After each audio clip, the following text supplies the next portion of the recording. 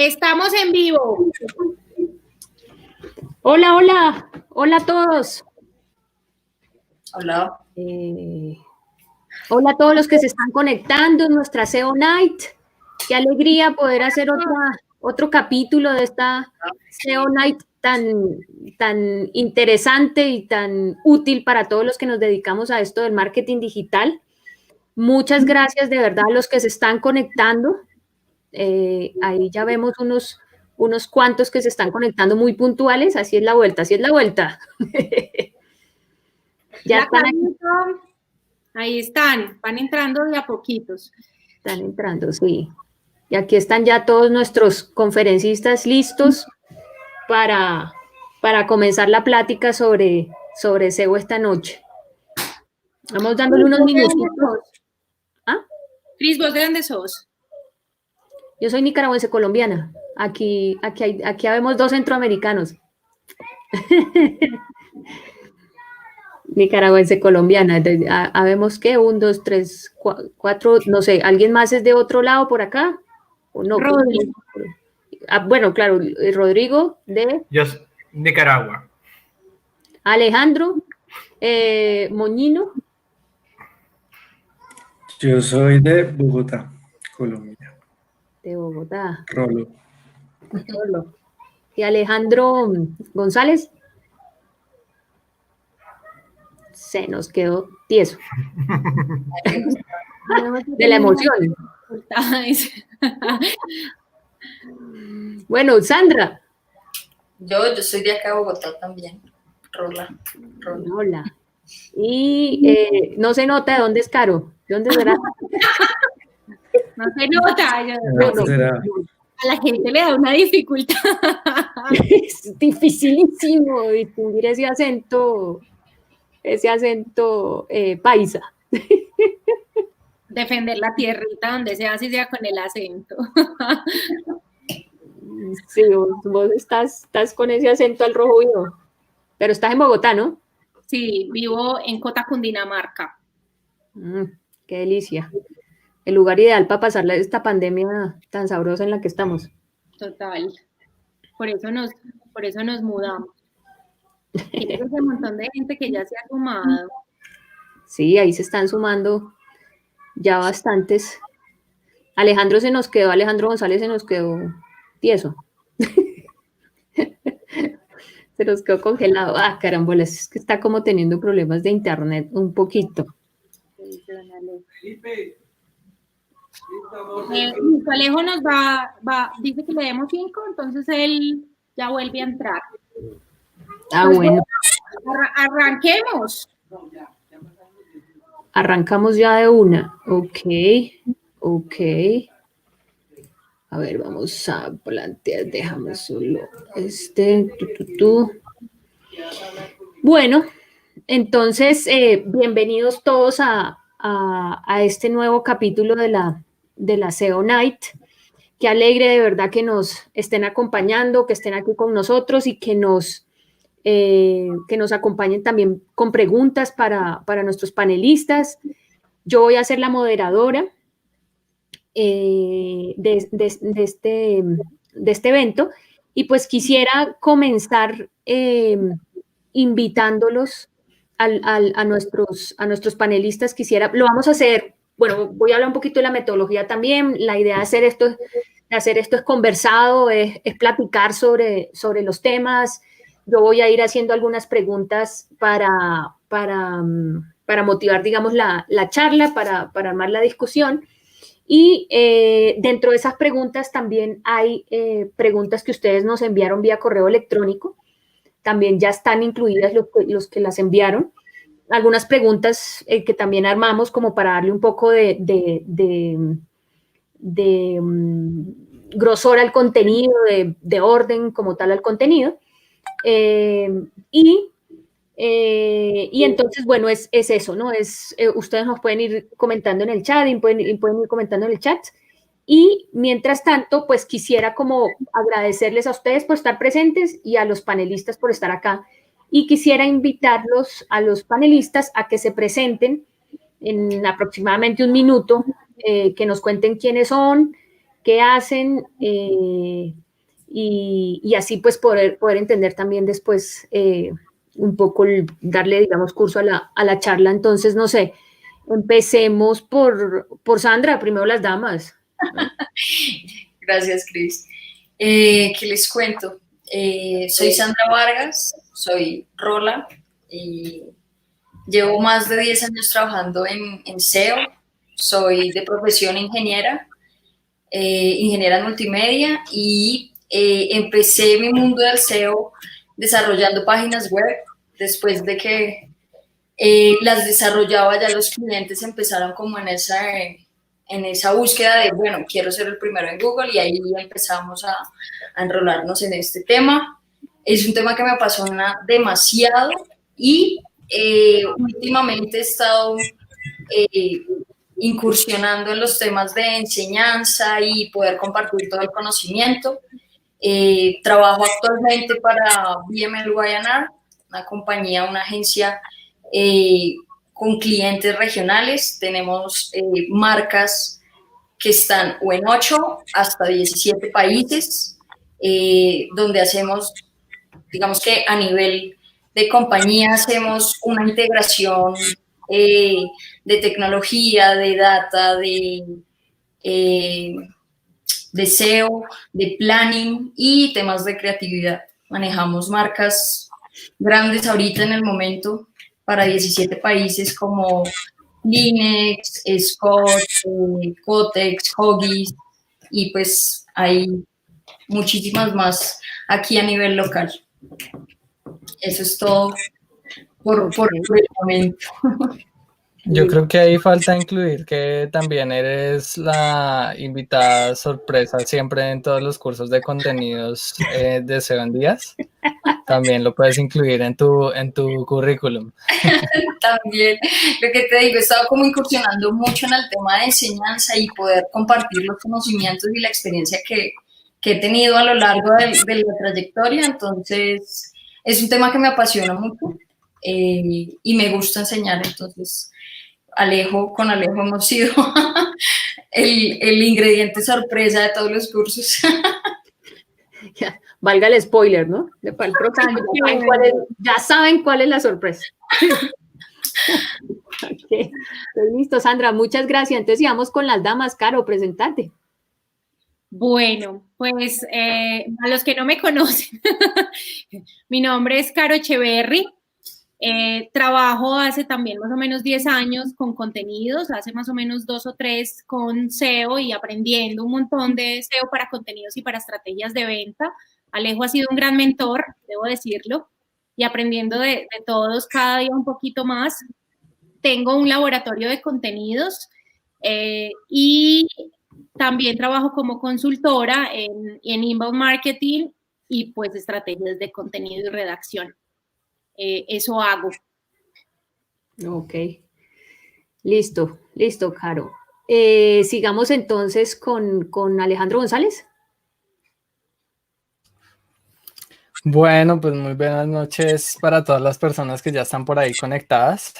Muchas gracias a todos los de la organización de SEO Night por invitarme una vez más. Siempre es un espacio que me llena mucho de conocimiento y han sido muy chéveres en realidad todos los eventos que han habido de SEO Night, porque más que una conferencia es un conversatorio, ¿no? Es donde intercambiamos conocimientos, nos ponemos al día de todo lo que está pasando a nivel de SEO. Así que bueno, muchas gracias por ello. Para quienes están por ahí, pues mi nombre, como acaban de decir, es Alejandro González. Yo tengo una escuela de SEO que se llama SEO en Días, en donde enseñamos SEO desde 0 hasta mediano nivel. Todavía no hemos llegado a los cursos más avanzados, pero si están empezando o si ya están en el camino, también pueden aprender en SEO en Días. Y actualmente también soy el líder de SEO en Platzi. Así que, pues bueno, básicamente creo que me corté, ¿no? Pero te escuchamos. ¿Me corté? No, sí, Sí, me corté. No, sí, te escuchamos. No. Como menos mal, no. Ahí te... No, estoy vivo. Estás vivo. Bueno, pues eso es básicamente. Ahora pues estoy liderando la estrategia estrategia de SEO en Platzi. Después de unos años volví a trabajar en esta bonita empresa que pues se encarga de promover todo el mundo tecnológico a nivel hispanohablante. Y ya, pues eso en conclusión. Ok. Yo creo que sin lugar a equivocarnos, yo podría decir que Alejandro González es de los que más sabe de SEO en Colombia, de los que más experiencia tiene. También yo me formé el año pasado en su curso y tuve de sorpresa tuve la sorpresa que hoy se volvió spoiler. Entonces, sí, eso me parece que sería como importante agregarlo. Tiene mucha experiencia Alejandro y comprobadísimo su conocimiento, así que él es de los imprescindibles en cualquier SEO Night o en cualquier evento de SEO que al menos que hagamos en Colombia, me parece que es imprescindible. Así que... Gracias, Cris. De nada. Muchas gracias. Bueno, entonces sigamos con Alejandro Moñino. ¿Y ese apellido, Alejandro, de dónde viene? Español, pero la verdad es que tampoco es tan común, entonces no tengo muchas pistas al respecto. Pero siempre surge el mismo comentario de Sí. lo raro que es el apellido. Es mencionar todas las veces que me van a corregir, ¿no? Cuando hay que escribirlo, no, nunca lo entienden, ¿no? Entonces yo al final termino diciendo Alejandro Molina o mi segundo apellido. Al final como que me rindo y no lucho tanto con eso. Pero bueno, no, primero que todo, muchas gracias por la invitación. Muy chévere estar acá compartiendo con personas que saben tanto del tema y pues nada, muy, muy emocionado de poder aprender de todos ustedes y de la gente que nos pueda enviar sus comentarios y demás. Sobre mí les cuento que soy comunicador social. Y empecé, digamos que de una forma muy autodidacta en este tema digital. Hace mucho tiempo, estando en la universidad, empecé como a interesarme por el tema de páginas web y demás. Y luego hace como 10 años hice un diplomado en publicidad digital donde me introdujeron al tema de SEO.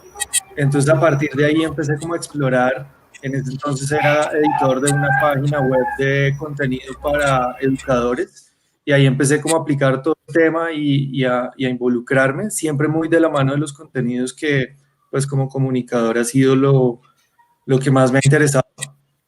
Entonces siempre me he movido como en este mundo digital pues ahí he empezado como a ver las formas de llevar contenido, de llevar tráfico, perdón, a esos contenidos que siempre he querido generar. Y ahí llegué al mundo del SEO. Ahorita actualmente estoy trabajando en Adidas como SEO Manager para Latinoamérica.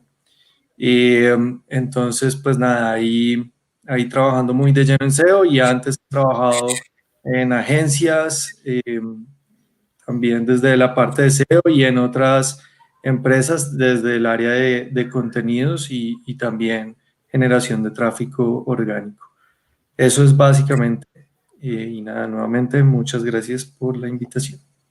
Nada más y nada menos que trabajándole el SEO a Adidas, nada más y nada menos.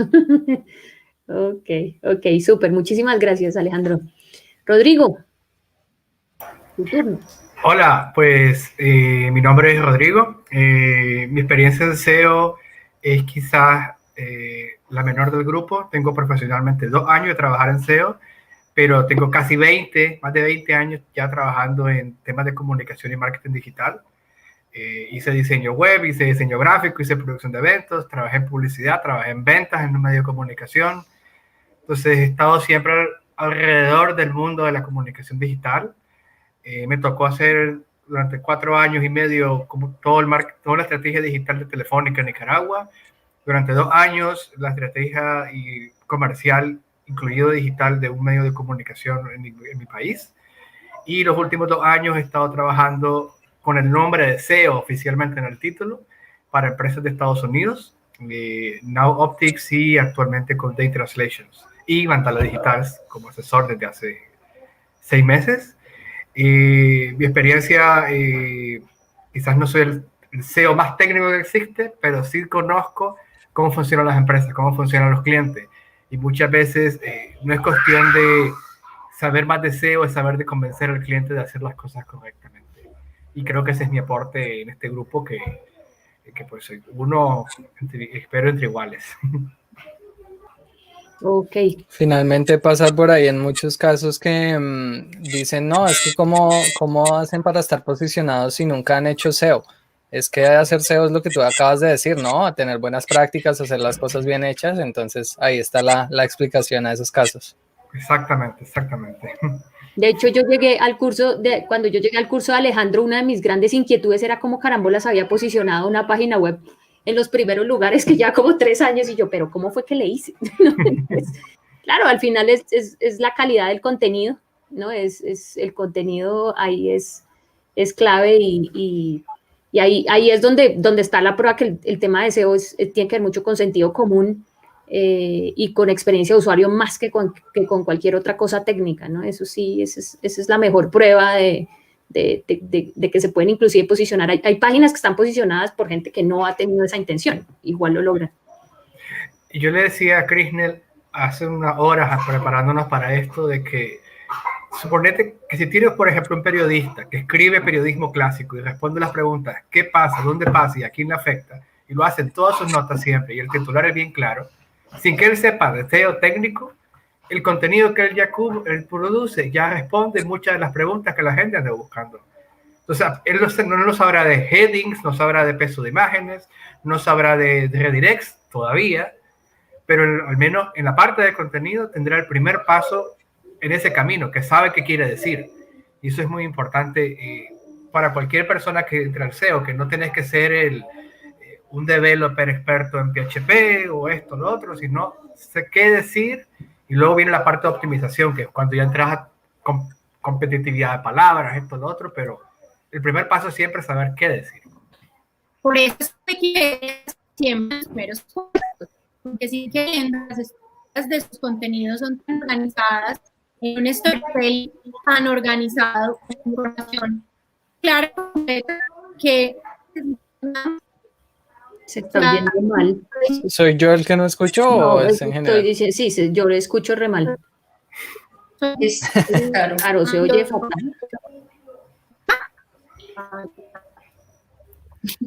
Ahí me gustaría complementar un poco que sí, realmente es muy importante tener en cuenta eso que estamos hablando en este momento, y es que si bien uno puede llegar en ciertos nichos, llamémoslos, o ciertas categorías a posicionar sitios web sin enfocarse en lo técnico, eso pasa muchas veces por lo que los CMS pues ya vienen con unas preconfiguraciones que uno no necesita mover y ya están hechas, ¿no? Por eso se recomienda tanto WordPress para los sitios web, porque es una comunidad que tiene tal vez unos 15 años y que han venido siguiendo esas buenas prácticas de las que estamos hablando, ¿no? Entonces es mucho más presto.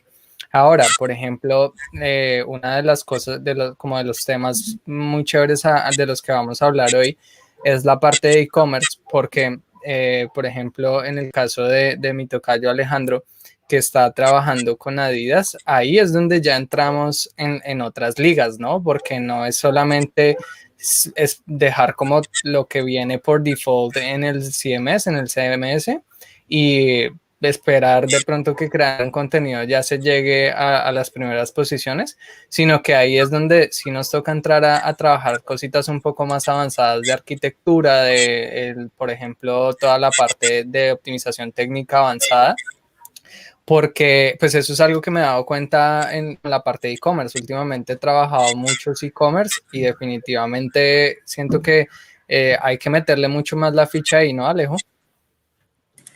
Sí, total. Y básicamente tiene que ver con que ahí ya estamos muy amarrados a resultados de negocio como tal.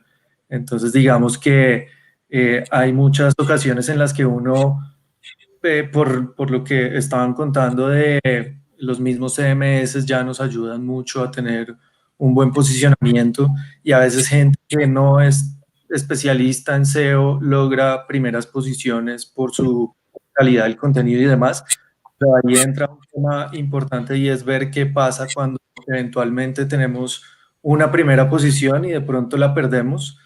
Pues sabemos que las tasas de clic a medida que vamos descendiendo en posiciones en Google o en el buscador, pues nos generan una afectación importante en tráfico, y cuando hablamos de e-commerce, pues ya eso empieza a ser una afectación también en ingresos para la empresa. Entonces sí, en e-commerce es muy importante empezar a ver ya todos los factores de posicionamiento. Obviamente el contenido es tal vez de lo más importante, pero cuando el contenido deja de ser suficiente para ese posicionamiento, ya tenemos que empezar a mirar otros factores que son también muy importantes y que empiezan a ser determinantes ya cuando hablamos a nivel de negocio. ¿Ahí me escuchan mejor? Sí. Que estaba yo diciéndoles que por eso es que y pues me voy a salir del tema del e-commerce para decirles que por eso Wikipedia está tan bien posicionado. ¿Sí? He hecho, pero me he dado cuenta de que la estructura del contenido, o sea, lo que se llama en SEO jerarquía de la información o en UX, yo lo llamo storytelling, que responde a todas las preguntas del usuario, que además es un contenido completo. A Wikipedia no le estresa ser extenso, ¿sí? Entonces, eso hace que a la final la gente encuentre en un solo lugar todo lo que necesita, y ellos la saben hacer bastante bien, porque además de que te entregan toda la información, te mantienen navegando en el sitio, y todas esas navegaciones en el sitio a través de lo que se conoce como interlinks, pues generan en Google un sentimiento de que ahí hay cosas muy importantes, ¿cierto? Lo he probado, lo he visto, he hecho varios contenidos para Wikipedia, y ahora que estoy ya muy enfocada en estrategias de SEO en estrategias de contenido para SEO y para ventas, pues también he podido ver que dos cosas: la extensión del contenido genera más páginas vistas, la extensión del contenido genera tiempo de permanencia, pero además la cantidad de interlinks que yo le ponga al contenido generan más tiempo de permanencia, más páginas vistas, y además esos contenidos son los que yo he visto de manera particular que suben rápidamente en posiciones. Y les estoy hablando de estructuras muy similares a las de Wikipedia, sin importarnos la extensión y llenándome de interlinks. Entonces, eso quería decir. Perdón ahí que partí el tema del e-commerce. Sí, de hecho yo últimamente he estado analizando muchísimo eso de la extensión, y lo hemos estado por ahí comentando en los diferentes grupos de WhatsApp de SEO que hay, porque me estoy dando cuenta que con las últimas actualizaciones que ha venido haciendo Google, se están fijando mucho, no tanto en que sea largo, obviamente debe tener una buena extensión, pero está empezando a pasar que, por ejemplo, he visto que en la primera página Google está posicionando contenidos que tienen una media de 500 a 700 palabras, y los de la segunda o tercera página tienen 1500. Entonces, eso está muy chévere porque Google como que se está empezando a dar cuenta de que calidad y no es lo mismo que la extensión, ¿no? La extensión no quiere decir calidad. Y eso ha sido muy bueno, pues me parece que es un cambio bastante positivo. No sé si le han echado un ojo de parte de ustedes por ahí. Sí, de hecho, Alejo, últimamente, digamos que yo sí tengo una opinión, y es que todo es 50 y 50. Sí debemos hacer temas de robots y tema técnico fuerte en un 50%, y el otro 50% muy pensado al usuario, que es realmente enfocar esos tipos de contenidos acompañando desde el primer momento de deseo de compra, digámoslo así, de un usuario hasta el cierre de la compra, y el que después hable de nosotros o hable del producto que compró. Entonces, cuando digamos que logramos ese equilibrio, es cuando las páginas empiezan a dar resultados. Pero antes de eso, yo tengo un paso adicional, que es el tema de, digamos que este concepto se lo aprendí a una de las duras de SEO, que se llama Heather Fisher, en Estados Unidos. Ella habla sobre el tema de madurez de tanto del cliente como de la página del sitio, ¿sí? Como el sitio web. Cuando uno entiende al cliente, entiende sus objetivos, entiende sus metas y lo logra ubicar en una línea de madurez dependiendo de qué tanto conocimiento tiene, a dónde va, cómo está su negocio y cómo está, digamos que, en cuanto a crecimiento y en habilidades, logra uno plantear un mejor, digamos que un mejor approach desde tanto técnico como de contenido. Ese, digamos que yo creería que es el primer paso y es entender cuál es su objetivo y cuáles son sus usuarios para empezar a desarrollar planes. Pero mire que usted dice una cosa muy importante, señorita, y es el usuario. Nosotros llevamos evangelizando años enteros a la gente y a los clientes para que siempre como primera medida hagan arquetipos, ¿sí? El arquetipo viene de modelos startups y pues si viene de modelos startups que crecen rápidamente es por algo, ¿sí? Porque conocer a esa persona en una minucia y en un detalle, pues quiere decir algo, ¿cierto? Nosotros llevamos evangelizando años para que se hagan arquetipos, se entiendan problemas, necesidades, y miren esto tan bacano. Esto pues lo he venido aplicando hace poco realmente, y es que divido las estrategias en dos. Lo que me bota el SEO, o sea, lo que busca el humano, ¿cierto? Bajo keywords o como sea que ustedes lo quieran llamar, yo lo llamo categorías para no enredar a nadie. Y eso arroja un resultado. Pero por el otro lado, en los arquetipos salen contenidos que la gente se desprenden de problemas, de necesidades, de detonantes de compra, razones de compra, y eso nutre las estrategias de contenido. Así nadie los busquen. Y hace días vengo también hablando de los contenidos base del negocio, que esos sí o sí los tienen que tener las marcas. ¿Qué importa que otro esté más posicionado? Pero las marcas tienen embudos y van a seguir teniéndolos toda la vida. Hay gente que no conoce nada y de repente los encontró y que necesita contenidos base, ¿sí? Si no los encuentra en una marca, pues los va a salir a buscar a otro lado. Esto pues hablando de B2B, de servicios, porque yo no sé para e-commerce, y aquí pues les pregunto a los muchachos, para e-commerce funciona igual en las estrategias de contenido. Yo pues nunca he hecho una estrategia de contenido para e-commerce.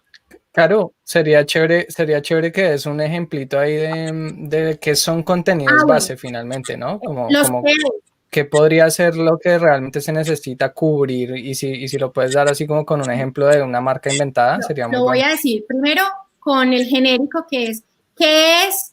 ¿Cómo funciona? ¿Para qué sirve?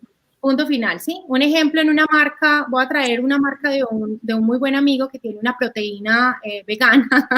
Entonces, ¿qué es una proteína? ¿Sí? Puede que él no se vaya a posicionar en el primer puesto de que es una proteína, probablemente, quizá no, pero él sí tiene gente que no sabe qué es una proteína, ni cómo funciona en el organismo, ni para qué sirve, ni de dónde vienen las proteínas. Entonces, ahí ya dije las 4 bases. ¿Qué es? ¿Cómo funciona? ¿Para qué sirven? Y pues en algunos casos, ¿de dónde viene? ¿Sí o qué? Otro ejemplo que no tiene que ver con proteína, pero sí con, por ejemplo, dígame cualquier cosa que estoy como bloqueada con los ejemplos. Micrófonos, por ejemplo. Pues, ¿para qué sirven los micrófonos? En un e-commerce, de manera muy intuitiva, yo creería que a la final, cómo funciona el micrófono dependiendo de, pues todos funcionarán igual, pero algunos tendrán unos gallitos independientes. Entonces, pues, ¿cómo funciona ese micrófono para la necesidad puntual que tiene una persona? Son contenidos base, que no necesariamente importan para el buscador, pero que sí son ultra relevantes para el negocio y el humano, que es el que va a comprar y va a tomar una decisión, ¿cierto?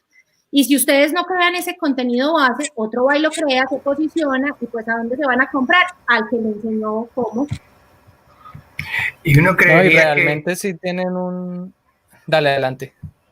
Sí, y uno, perdona ahí, pero uno creería que hay una sola receta de cómo hacer esto. Si uno compara un proveedor de micrófonos en Colombia y luego comparas la misma página o el mismo producto en Amazon, ves completamente otro diseño. Y si te vas a AliExpress o Alibaba, es completamente otra cosa, porque como es Marketplace, un montón de gente compite, vende y hacen videos en vivo y hacen... O sea, no hay una sola receta. Y vos, tu trabajo es ver cuál es la mejor combinación, investigar a otros competidores o otros mercados y ver qué puedes importar o innovar en ese caso. O sea, no es como que la receta es una y esa receta ahí muere, no, eso cambia cada año, cada mes. Sí, Finalmente, en un punto, Google siempre quiere dar la mejor respuesta, ¿no? Entonces, la receta, si quisiéramos decir es una, no, realmente no hay, sino que hay que estarla renovando con base en la búsqueda que queremos posicionarnos, en los competidores que ya están ahí. Definitivamente, para cada caso, debemos encontrar esa receta.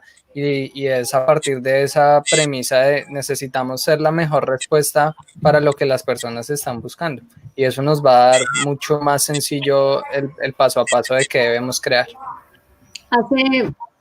Hace poco estaba entrevistando al CEO de la alcaldía, que es Edgar Medina, quizá nos acompaña por acá porque le dije que se conectara, que cómo nos iba a conectar. Y Edgar me contaba a propósito de los contenidos que en el caso de la alcaldía de Bogotá, con todo este tema de la pandemia, estaban posicionando contenidos muy cortitos, o sea, como estaban apareciendo, era con contenidos muy cortitos. Por ejemplo, ¿dónde me aplico dónde me hago el test del coronavirus? La gente no está esperando leer un artículo sobre eso, de 500 palabras o 1000 palabras, está esperando específicamente, dígame dónde. Y ¡pum! Entonces ellos empezaron a posicionarse con textos muy cortos en los primeros lugares. Entonces ahí es cuando hablamos de, ok, la extensión de los contenidos, qué tanta extensión deben tener, es tan relativo porque finalmente lo que Google hace es ver qué es lo que la gente está buscando y darle la mejor respuesta. No importa si es larga, si es corta, puede ser geolocalización, puede ser 52.000 cosas. Lo importante es que le funcione como tal al que navega, ¿no? al usuario. Y sobre esto, y a propósito, solo hizo falta una cosita al comienzo y fue presentarme. ¡Ay, qué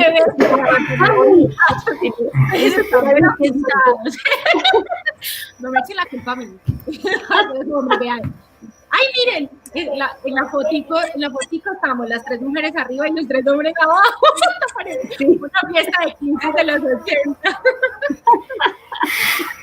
No, solo brevemente, mi nombre es Cristel Sánchez, tengo una agencia de marketing digital hace 5 años, el SEO es una de mis grandes pasiones porque pues el fuerte de nosotros es el contenido, la elaboración de contenido, entonces siempre me ha llamado mucho la atención eso, nos estamos viendo por esa línea, por inbound marketing también, y yo soy nicaragüense colombiana. Nos conocemos con Rodrigo desde hace 20 años en tiempos de la universidad y llevo mucho tiempo pues viviendo aquí en Colombia y desde la agencia se metió un ruido por ahí de algo. Pónganse mute ahí, por qué vergüenza. Sí. Y bueno, y desde la agencia de Mandala Digital Marketing pues trabajamos principalmente con pymes. Entonces, bueno, era brevemente, y tengo un podcast que se llama Charlemos de Estrategia Digital, y ahí es donde entrevisto, por ejemplo, a Edgar Medina, para hablar un poco del SEO de la alcaldía, que también, curiosamente, en la alcaldía se disparó en SEO una cosa brutal, y él dice, me hubiera gustado decir que fui yo, pero no, fue la pandemia. Y a propósito de la pandemia, quisiera preguntarles qué tanto afectó la pandemia el SEO. ¿Qué tanto lo perjudicó, lo potenció? ¿Qué nos enseñó este año en temas de pandemia y SEO? ¿Cómo lo vieron ustedes? ¿Cómo se comportaron sus marcas en la pandemia?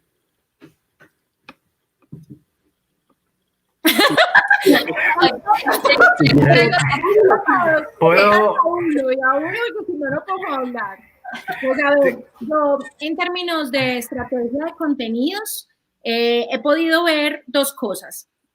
Lo primero es que los clientes entran y salen, entonces lo que se llamaba tiempos de rebote aumentó. Por fortuna, con el ajuste, gracias, mamá. Por fortuna, Google le dio por actualizar su Analytics, entonces ahora hay dos indicadores. Uno, que es el lugar del que sale, que se llama página de salida, no me acuerdo cómo se llama el indicador exactamente, y el otro que es el porcentaje de rebote. Entonces, el uno con relación al otro sí se ve la diferencia. La gente entra por una página y sale por otra, y pues se ve cuál es el rebote. Entonces, he visto esos aumentos en los sitios de contenido, de que el rebote ha sido muy grande porque la gente entra, lee el contenido que necesita y vuelve y se va. Y lo que decía Alejo hace un rato, yo pues sí creo en que hay contenido, todos tenemos como que el mismo acuerdo, y es que hay unos que sí merecen extensión y dependiendo del tema, pues al grano, a lo que es, ¿cierto?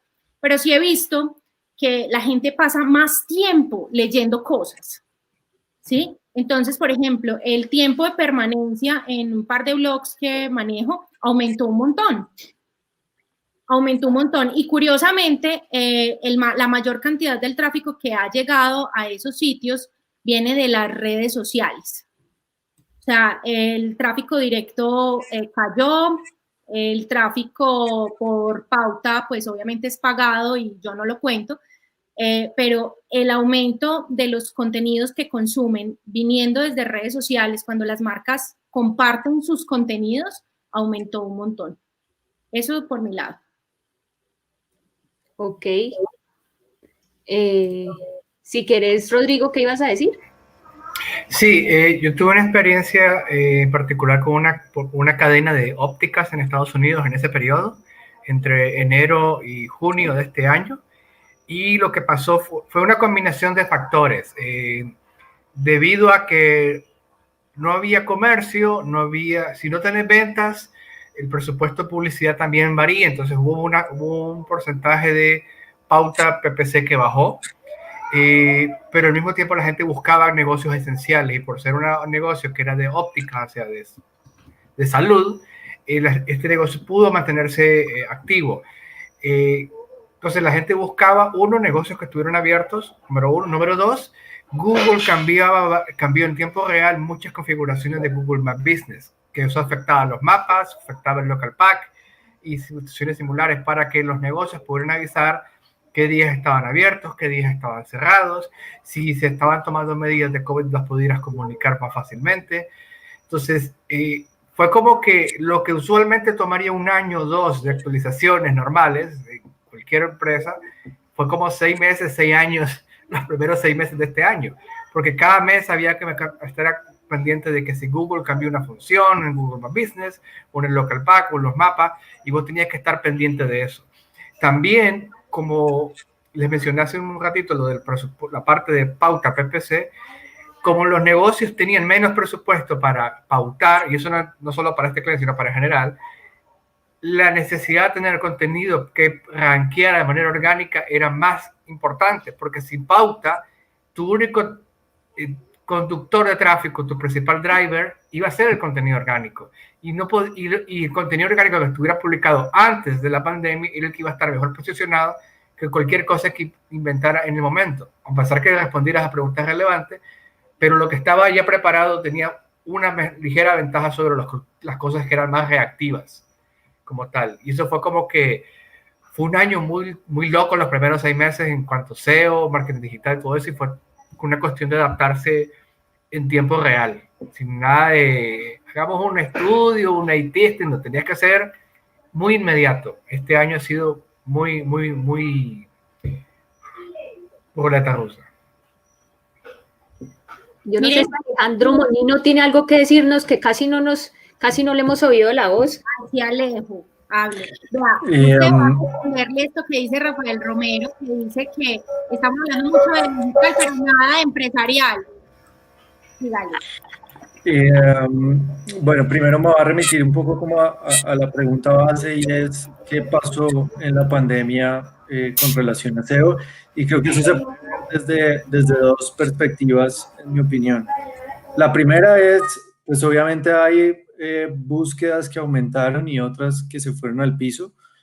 Podríamos preguntarle a la gente que trabaja en el sector del turismo qué pasó con sus sitios web y cómo se comportó su tráfico orgánico. Seguramente este año ha sido tal vez de los peores, pero por el contrario, si le preguntamos a la gente que, no sé, se dedica a los domicilios, pues seguramente tuvo un incremento. Entonces, al final lo que nos muestra la pandemia es que un poco nuestro quehacer del día en SEO tiene totalmente todo que ver con el vaivén de lo que le pasa a la gente. Entonces, al final, creo que el mensaje de esto es: tratemos de estar preparados para cuando la gente pueda empezar a buscarnos masivamente. Entonces, eso por un lado. Por otro lado, un poco lo que comentaba Rodrigo, es que la crisis económica ha hecho que los presupuestos de mercadeo tengan que evaluarse casi que al detalle, y ahí es donde la gente empieza, o los encargados de marketing empiezan a decir: ah, hay algo que se llama SEO que puede ser rentable, porque en muchos casos se dice SEO es gratis, y es importante, pues para mí es importante decir SEO no es gratis, porque a las personas que trabajamos en SEO nos tienen que pagar, la generación de contenidos tiene un valor, las herramientas que utilizamos también tienen un valor.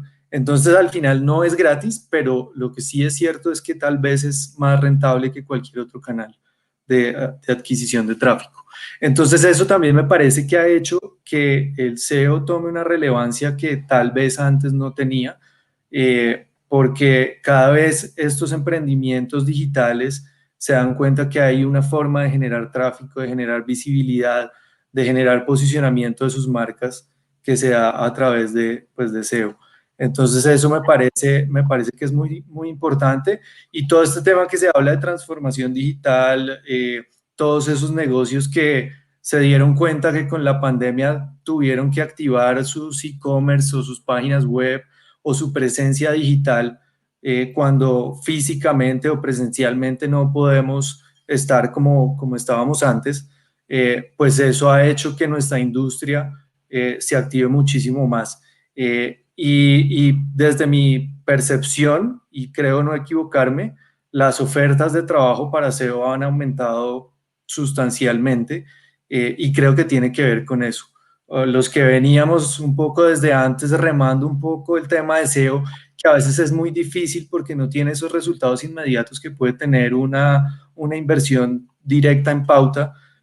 No sé, si yo hago anuncios en Google, pues simplemente invierto y ya empiezo a ver resultados casi que inmediatos o en muy corto plazo, mientras que en SEO nos toca un poco remar más. Pero creo que la gente ha despertado un poco esa conciencia de la importancia que tiene, a mediano y largo plazo, y lo rentable que puede resultar como ese canal de tráfico. Entonces, creo que por esos dos lados es como la mayor enseñanza que yo siento que nos ha dejado como este año, y pues la situación particular que vivimos con el COVID. Listo, ¿alguien más quiere complementar? Yo quisiera aportar algo y estoy muy de acuerdo en lo que dice Alejandro. Uno tiene que verlo desde dos aspectos. O sea, la pandemia nos afectó absolutamente a todos, e hizo que las empresas que no estaban haciendo SEO y que esa transformación digital que siempre habíamos tomado como, no, para después, optimicemos y hagamos otros temas y SEO lo dejamos para después. En este caso, como ya todo nuestra vida cambió a estar en una pantalla, todos nuestros usuarios empezaron a estar en una pantalla y era la única manera de comunicarnos, por decirlo así. Entonces las empresas tuvieron que hacer ese switch súper rápido, y ahí sí empezaron a, como, ahora sí, ¿qué es SEO? ¿Qué empezamos a hacer? ¿Cómo lo hacemos? ¿Cómo nos pueden ayudar? Esa es una cosa. Y el otro tema es cómo cambió nuestro comportamiento de usuario. Hay un análisis que hizo Google que es muy, muy chévere. Yo lo estuve revisando, donde hace, digamos que el análisis a nivel tanto de data como del comportamiento neto del usuario, de cuáles son las búsquedas que está haciendo ahora. Más o menos muestra las nuevas búsquedas año a año cambian entre un 16 y un 20%. Este año, con toda la volatilidad de los mercados y demás, se espera que lleguen a cambiar entre un 50 y 70%. Lo mismo, mercados como el turismo, hoteles y demás, pues tuvieron una grave afectación.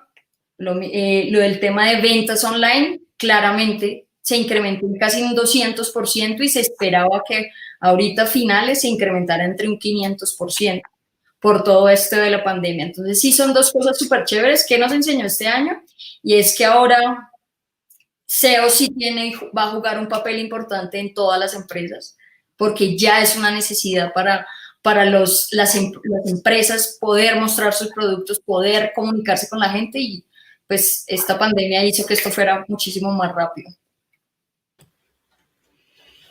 Bueno, y ya que hablamos de este año, hablemos del próximo también, y es qué cambios se vienen a nivel de SEO para el 2021. ¿Cómo ven ustedes qué viene? ¿Mm? No sé si quiere comenzar Alejandro González.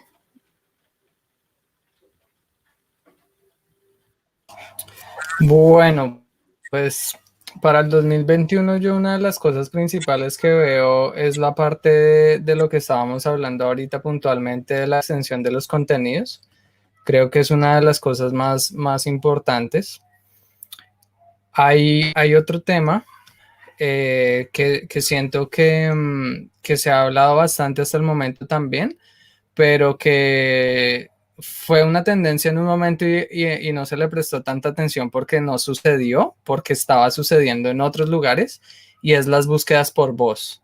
En un momento, recuerdo que con Caro hablamos mucho del tema, porque en Estados Unidos estaba pasando, era una realidad que estaba viniendo, que las personas ya estaban empezando a usar mucho sus dispositivos para buscar por voz, pero en la TAM todavía no estaba ocurriendo. Definitivamente creo que el 2021 va a ser un año en donde las búsquedas por voz se vienen. De hecho, estoy empezando a ver en Google Analytics de diferentes empresas que está llegando el tráfico de búsquedas por voz. Así que siento que estas son como dos cositas que puedo mencionar ahí. La parte de la extensión y la calidad de los contenidos. Google está reevaluando mucho su algoritmo con respecto a qué es un contenido de calidad. No necesariamente que tenga 5,000 palabras para que sea bueno, sino en realidad está todavía haciendo mucho más match con la intención de búsqueda. Entonces, eso por un lado, y por el otro lado, yo creo que debemos ponerle bastante cuidado a las búsquedas por voz. Ok, ¿quién más nos quiere hablar de lo que vendrá?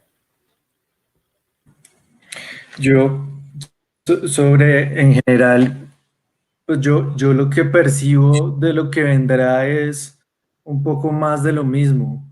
O sea, al final creo que cuando Google da sus recomendaciones y dice tratemos de dar la mejor experiencia al usuario, que era un poco lo que hablábamos al comienzo, creo que al final todo desemboca en eso. Entonces, un poco lo que decía Alejandro hace un momento de la intención de búsqueda, tratemos de generar el mejor contenido posible para la intención de búsqueda.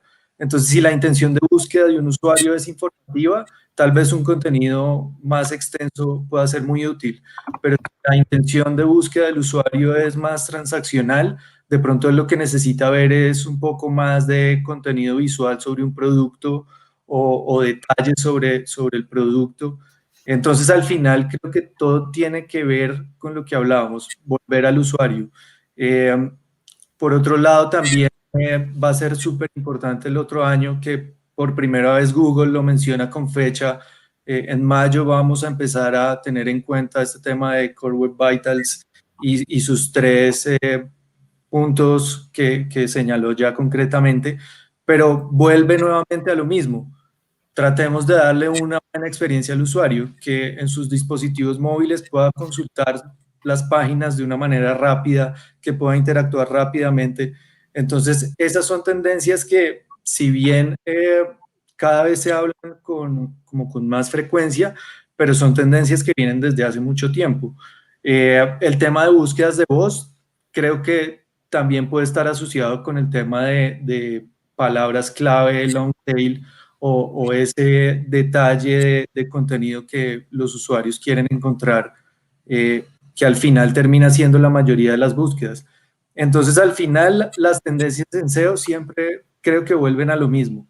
O sea, las formas de hacerlo y de optimizar pueden ser cada vez más sofisticadas o tener diferentes detalles o hacerlo de diferentes maneras, pero en últimas creo que el mensaje siempre termina siendo el mismo: la mejor experiencia del usuario, la mejor respuesta a la consulta del usuario, y creo que siguiendo ese camino al final es como vamos a lograr tener el mejor posicionamiento, porque también, si no me equivoco, Alejandro también lo mencionaba, y es el mayor interés de Google, creo que es brindar la mejor respuesta al usuario que está haciendo una búsqueda. En últimas, ese es como el fundamento de Google. Sobre ese fundamento de que tu motor de búsqueda sea el mejor y que funcione de la mejor manera, es como va a poder tener su negocio. Entonces creo que todo termina al final en eso. Pues es que el mismo Google lo dice. El mismo Google en sus documentaciones, cada vez que lanza alguna actualización del algoritmo, dice que el foco principal es mejorarle la experiencia al usuario.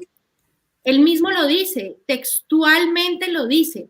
Entonces, si Google lo dice, ¿por qué nosotros no lo hacemos? Si ellos están pensando en el usuario, en el que busca, ¿por qué nosotros, los estrategas de marketing, de ventas, de servicio al cliente, comerciales, los SEO, todo el mundo no está centrado y volcado a entender a las personas? ¿Sí ven? Yo, pues, de manera particular, debo decir que, pues, lo que leo de las tendencias, se lo leo a los mismos amigos de siempre, pero sí me remito mucho cada vez que hay actualizaciones a leer el contenido técnico de Google, pues para uno poder entender un poquito mejor la cabeza de Google, y siempre resaltan que todas las mejoras que van a hacer es de cara al usuario. Entonces, pues mi base fundamental y mi premisa hace 4 o 5 años y lo que viene en adelante es usuario primero, y hasta no entender el usuario, no crear ninguna estrategia ni de ventas, ni de contenido, ni de desarrollo de productos. Creo que esa es una muy buena tendencia. Ok. Bueno, se nos cayó Alejandro. Bueno, quisiera hacerles otra pregunta relacionada con el SEO y las ventas. Entonces, como que mucho se habla de, ok, yo atraigo tráfico para mi página web, pero todo ese tráfico, ¿para qué me sirve? ¿Cómo lo monetizo? ¿Cómo logro yo aumentar mis ventas a través del SEO? ¿Qué creen ustedes que nos pueden decir sobre eso?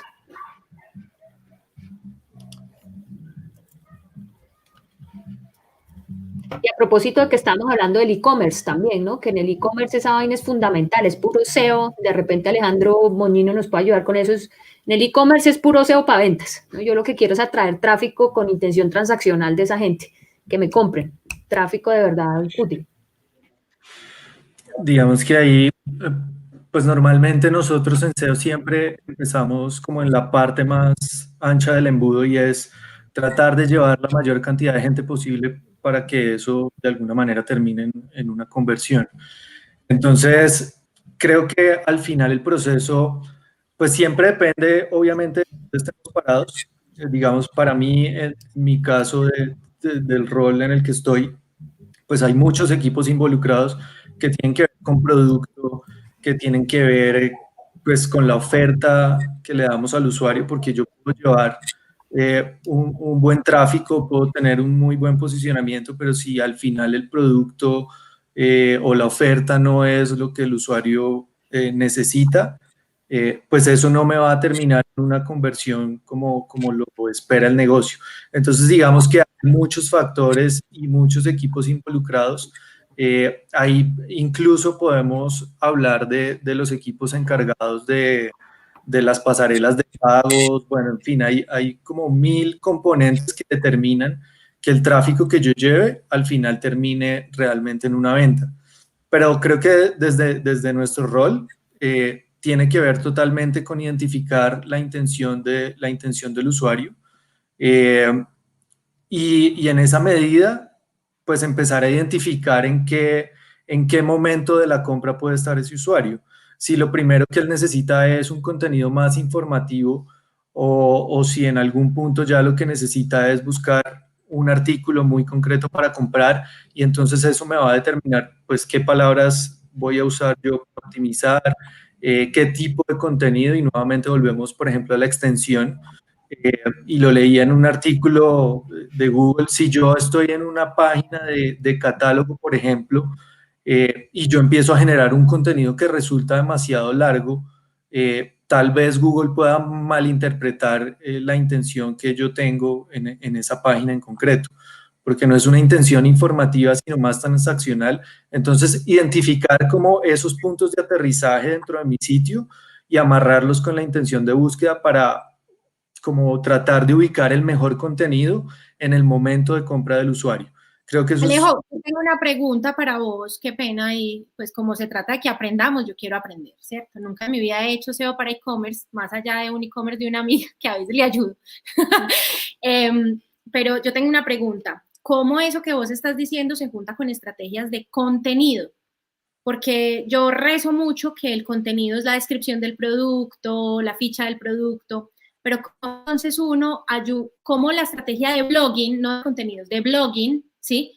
Ayuda en esos procesos de conversión, o sea, en qué momento entran o cómo se planean, más allá de, porque los e-commerce tienen el afán de la venta, ¿cierto? Y está muy bien, todos tenemos el afán de la venta, pero pues hay unos contenidos anclados a blog que permiten que alguien tome una decisión informada o posteriormente consulte información relacionada con su compra. Entonces, ¿cómo vos vinculás esa estrategia de blog para una compra? Explícame muy bien ahí cómo lo haces. Pues lo primero es que yo creo que hay una relación directa entre el contenido tipo blog con los resultados que pueda tener otras páginas. Y alguna vez leía un artículo sobre eso y es una persona de una agencia escribía que el cliente decidió en algún momento eliminar todos sus artículos que tenía en el blog. Y entonces identificaron que en el momento en que tomaron esa decisión, el posicionamiento de sus páginas de catálogo y de producto también empezó a crecer. Y creo que eso tiene que ver al final también con, no sé si han visto, por ejemplo, que HubSpot habla de los clusters de temas. Entonces, que al final tiene que ver con que yo pueda demostrar en mi sitio cierta autoridad sobre un tema. Entonces, eso implica generar contenidos que me evidencien como experto en cierto tema. Entonces, si yo vendo un producto, pero al mismo tiempo estoy generando contenidos alrededor de esa temática, pues eso en últimas lo que me está demostrando es un cierto conocimiento o que soy una autoridad en el tema. Entonces, por ese lado, creo que ese caso que les contaba, creo que demuestra que hay una correlación ahí que evidentemente uno tendría que evidenciarla ya con datos y con analítica y con cifras. ¿Cómo hay una correlación entre el contenido tipo blog y el posicionamiento o los resultados de mis páginas ya más de producto o de catálogo? Y por otro lado, pues evidentemente el enlazado que yo pueda hacer entre lo que yo muestro en un contenido tipo blog y cómo trato de llevar eso a una página ya de un catálogo. Y obviamente eso tendrá ahí unos porcentajes de esa conversión o de esa microconversión que me dicen cuántas de las personas que están leyendo ese blog desembocan en una página de un producto en particular y al final cuántas de esas personas se terminan convirtiendo en una venta real. Entonces al final se trata como de llevar a la persona de ese interés informativo a que termine eventualmente comprándome un producto. Y eso solo se logra pues con otro de los puntos que creo que acá todos identificamos como claves y es la analítica. O sea, medir todo ese proceso para saber al final qué tan efectivo es que yo tenga un blog para llevar a un punto ya de conversión de compra, digamos. Una pregunta, Alejandro, una preguntita.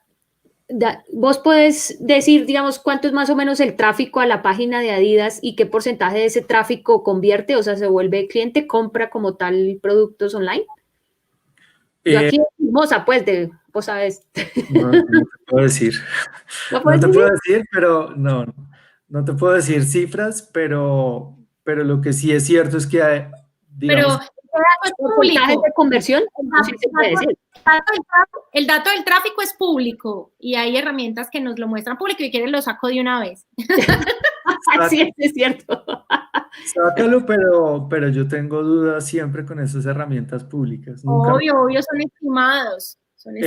Creo que Es que creo que al final el tema de analítica siempre termina siendo para identificar tendencias más allá del número concreto. Entonces ahí el punto al final es que cuando hacemos SEO para e-commerce, nuestros KPIs cambian totalmente. O sea, yo siempre, antes, como les contaba, yo estaba muy enfocado en el tema de contenido, entonces mis KPIs eran sesiones, tiempo de permanencia, rebote. Aquí ya tengo que empezar a pensar en la conversión, la tasa de conversión, en el ticket promedio. Entonces ya me toca empezar a hacer esas matemáticas de si yo tengo esta conversión y tengo este ticket promedio, ¿cuánto tráfico necesito generar para que el revenue al final me dé o llegue a la meta que estamos planteando en el e-commerce? Entonces tiene que ver como con esas matemáticas y cómo dependiendo del tipo de sitio web que estamos trabajando, tenemos unos u otros KPIs. Ok. Bueno, aquí nos está preguntando Iván Ramos, y esto tiene que ver, es una pregunta que tiene que ver también con lo que queremos platicar acá, es cómo miden el impacto del SEO en el negocio. Y digamos que eso yo lo preguntaría tipo, ¿cuándo decimos que hay éxito en el proceso de SEO? ¿No? ¿Cuándo logramos, digamos, cómo medimos el éxito? ¿No? ¿Cuándo tenemos éxito? ¿De qué depende? Creo que hay que definir qué es lo que el negocio exactamente quiere lograr. Por ejemplo, hay negocios que tienen e-commerce y como en la parte de e-commerce el objetivo es la venta. Pero en un negocio que no tenga el e-commerce, lo que su objetivo es visitas en la tienda o llamadas, su KPI va a ser ese. Al final hay un bottom line, una parte de fondo que cada negocio quiere ser más rentable. Entonces, ¿qué es lo que vos querés? Esa cifra de vanity, de tengo 1 millón de visitas o 1 millón de fans en Facebook, ya las dejamos hace 10 años. La cosa es medir qué conversiones querés. Podés empezar creando una especie de embudo en tus cifras, en tus analíticas, empezando por las sesiones, los visitantes, quizás porcentaje de visitas en móviles, visitantes por teléfono o por computadora, pero usando Analytics y la herramienta de Goals, objetivos o el Google Tag Manager, ir viendo cómo el visitante va llegando de ser una visita normal a un usuario que convierte. Y la conversión es, o si es e-commerce, comprar. Si es una universidad, prematricularse o pedir información de la matrícula. Si es descargar un libro, la descarga del libro. Si es llamar, pues llamar. Y en cada caso adaptarte a las herramientas y a los presupuestos que tengas. Quizás no puedas tener un sistema de SAP o algo así, pero usando Google My Business puedes medir llamadas. Usando Analytics puedes medir conversiones. Y en ese caso adaptarte a eso y responder a tus Voy a decir una cosa que todo el mundo dice, que las métricas de vanidad. Sí, claro, las métricas de vanidad son buenas para mostrar el embudo, pero se necesitan. Uno necesita mirar. Además que hay sitios que viven de las métricas de vanidad. Entonces no las podemos satanizar. Por ejemplo, la prensa vive de métricas de un medio de comunicación. Entonces no las podemos satanizar. Lo que tenemos que aprender es a usarlas de acuerdo al sector, a la industria, ¿cierto? Y el embudo. Si yo le llego a un gerente y le digo, mire, hicimos estas acciones, ¿cierto? Y esas acciones desencadenaron en la parte alta del embudo en X cantidad de tráfico y luego hicieron este comportamiento y luego este comportamiento y luego este comportamiento hasta la venta o hasta la prospección, dependiendo del negocio, pues voy a mostrarle la ruta completa que tuve que seguir para generarle ese billete. ¿Y cuál es el retorno de la inversión de lo que invertí en el equipo, en la pauta, en la generación de contenido, con todo ese proceso hasta que convertí? ¿Sí? Pero es que las empresas lo quieren todo rapidito, ¿sí? Quieren todo como el polvo de gallo, sí, así, y pues no se puede. Ni siquiera la pauta, ni siquiera en pauta los resultados son inmediatos. Hasta las mismas herramientas de pauta te dicen, necesito 7 días para aprender, espérate. Si necesitan 7 días, porque las empresas están esperando aprender una pauta y que al otro día ya tengan 3 millones de ventas? No, lo mismo pasa con el SEO. O sea, yo siento que hay unas cosas de oportunidad, ¿sí? Por ejemplo, hay unos keywords de oportunidad que aplican a la intención de compra. Pues, hombre, apúntele a posicionarse ahí, si tiene productos o servicios anclados, métale SEM para que crezca un poquito y dele bombo en redes sociales y prime, pero a la final las métricas de vanidad son necesarias para mostrar todo el esfuerzo que se hace para lograr un resultado. Y con el perdón de todos, aquí vean.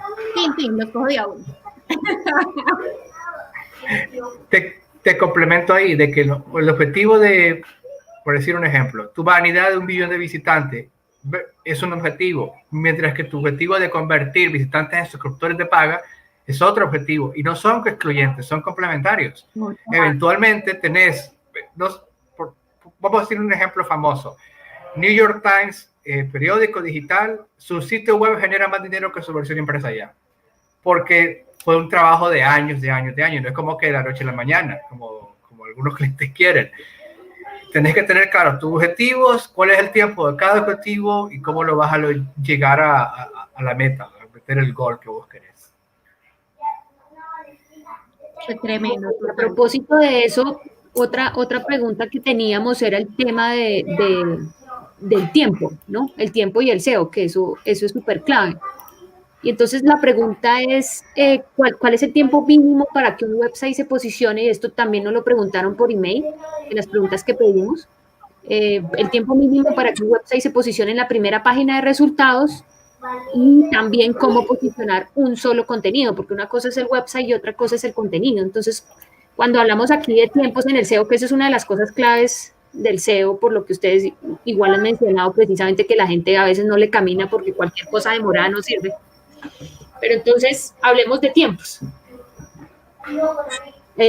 Sandra, si querés, te escuchamos. Eso te iba a decir.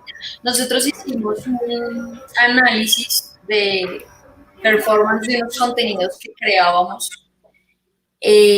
Digamos que eso del tiempo puede ser muy, muy volátil y depende mucho.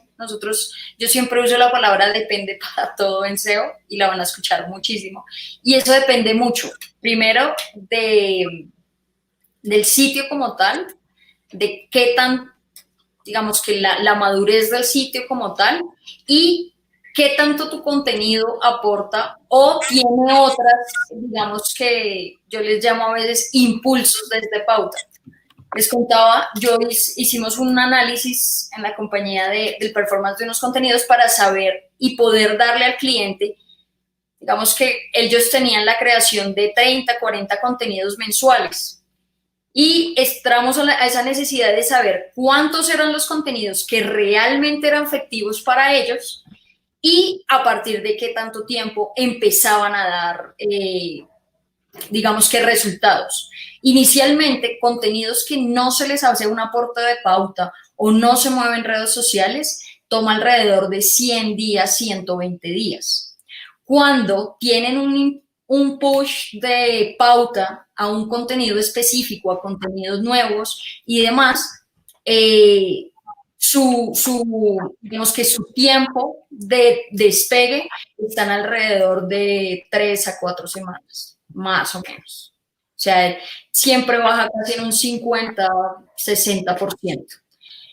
Hay otro aspecto y es que es bueno acá, y el tema en cuanto a contenidos es que cuando uno hace un performance de contenidos, se evidencian estaban hablando antes de pilares y cornerstone y esos contenidos que son como los hero, esos son los pilares de contenido, y los cornerstone, que ya es cuando se logra definir y es ese contenido que pasa en muy poco tiempo a ser como uno de los grandes.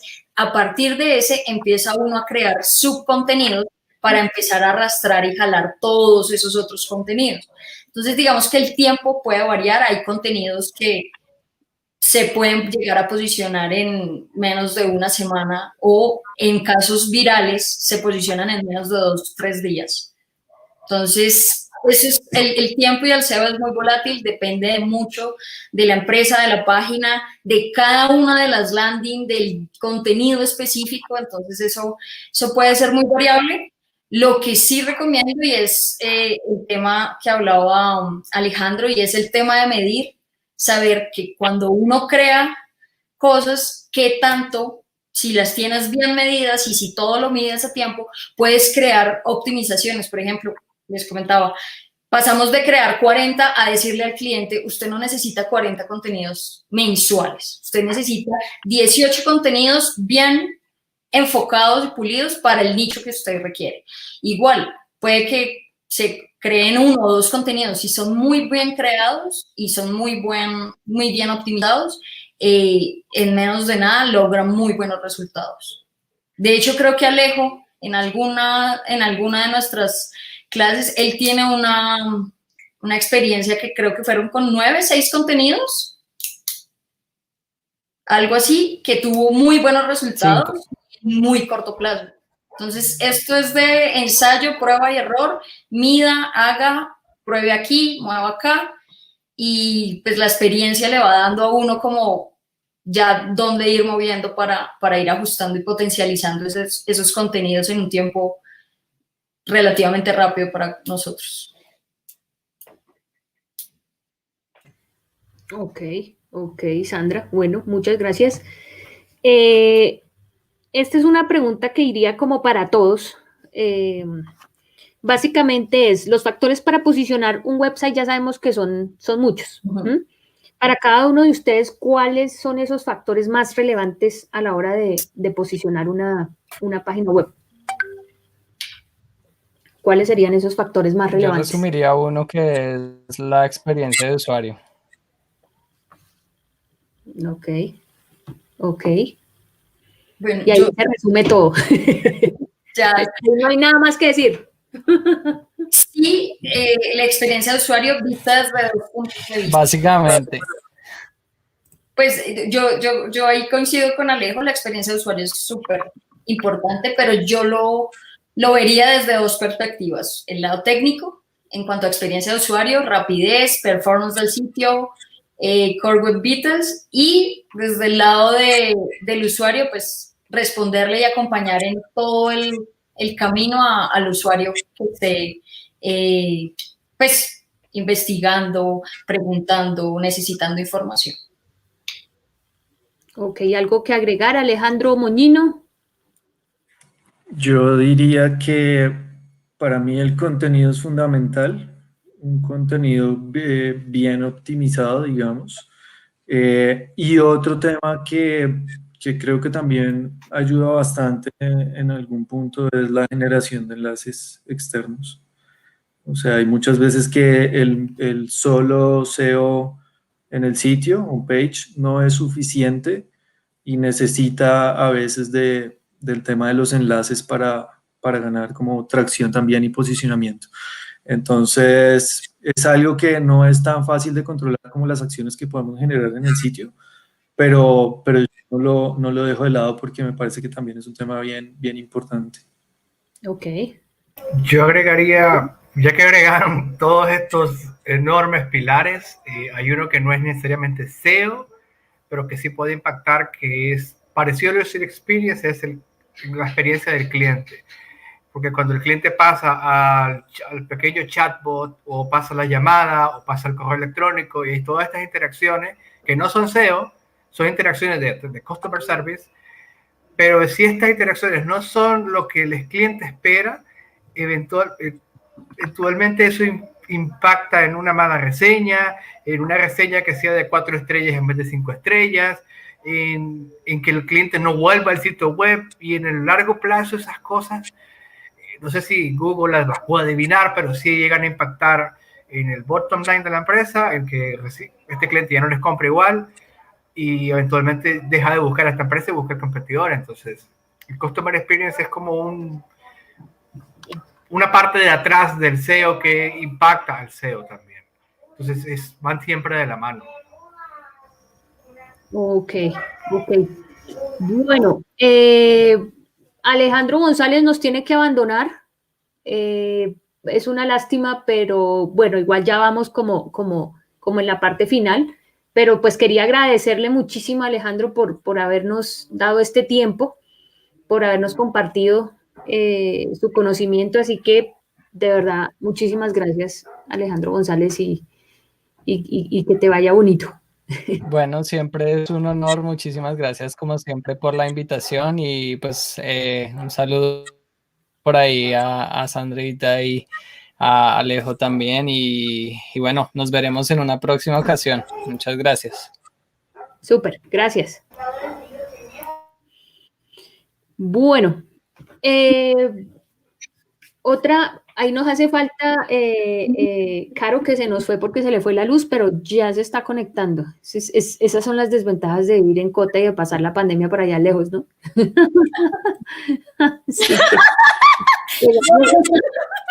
Se me fue la luz. Se cayó el internet, todo pasó. Ok, pero bueno, lo importante es que ya estamos de vuelta. Bueno, hagamos una de las preguntas. Hay una pregunta técnica que nos enviaron vía email, básicamente, que es la siguiente. ¿Qué se me hizo? Dice, aquí parte de una queja y dice que es que en los eventos de SEO nunca se habla del performance. Entonces la pregunta es, ¿cómo entender e interpretar los datos que se obtienen de PageSpeed, Insight o los 3 Web Vitals y el entendimiento de los requerimientos de elementos de carga o de recursos no consumidos? Y en base a ello, ¿qué acciones nosotros como SEO debemos indicar al webmaster? No sé quién me quiere responder esa pregunta en particular. La voy a colocar acá. Bueno. Yo diría que... No, sigue. No, dale ya. Yo diría que, por ejemplo, el tema de optimización de imágenes es fundamental, de renderizado es muy importante.